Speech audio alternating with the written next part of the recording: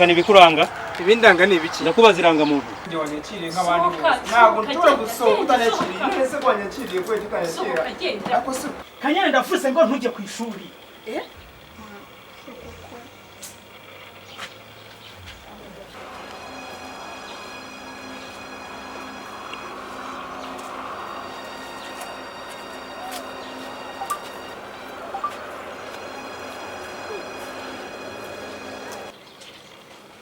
ahubwo se mukubira siko kuveje twari twamubuze